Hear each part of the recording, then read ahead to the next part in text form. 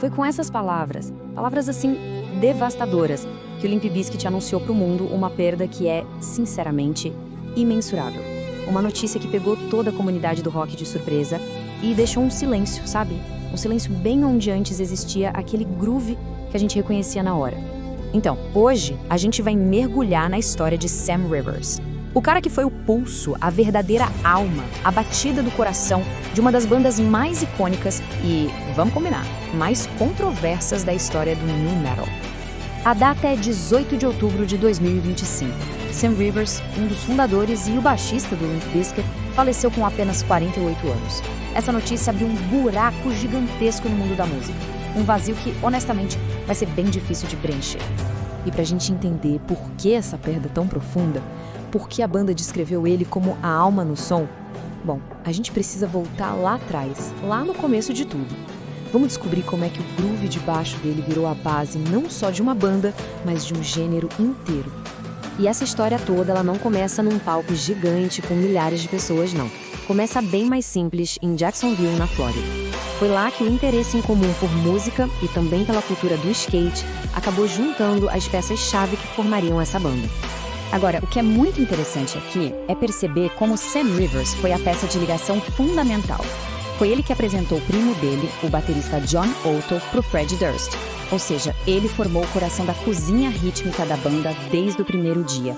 Ele era o conector. E detalhe, ele era o caçula da turma. Tinha só 19 anos quando o primeiro álbum saiu. Dá pra imaginar?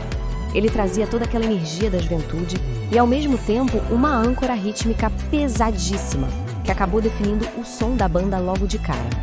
E foi essa mistura única de rap com metal que levou a uma ascensão, assim, meteórica. Eles simplesmente explodiram.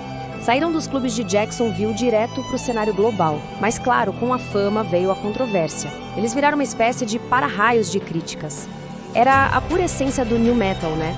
Aquele gênero que juntava o peso do metal com o groove do hip hop, do funk. Era uma loucura. O sucesso comercial era uma coisa de outro mundo. Mais de 40 milhões de álbuns vendidos no mundo todo.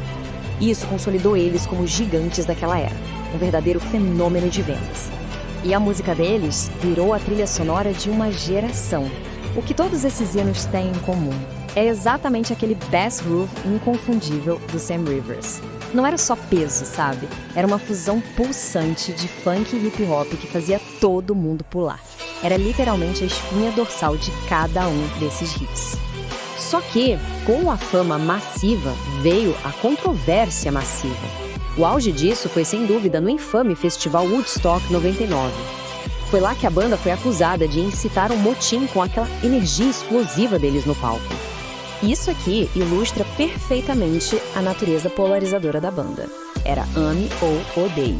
A crítica costumava rotular eles de ofensivos, de pouco criativos, enquanto os fãs celebravam exatamente essa energia crua, essa raiva que servia como uma catarse.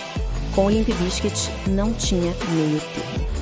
Mas, enquanto a primeira onda de popularidade da banda começava a diminuir, o Sam Rivers estava travando uma batalha muito mais pessoal e muito mais perigosa longe dos palcos. Ele foi diagnosticado com uma doença hepática, uma condição gravíssima, causada por anos de consumo excessivo de álcool. E isso ameaçava não só a carreira dele, mas a própria vida. Essa linha do tempo aqui mostra um arco incrível de luta e principalmente de resiliência.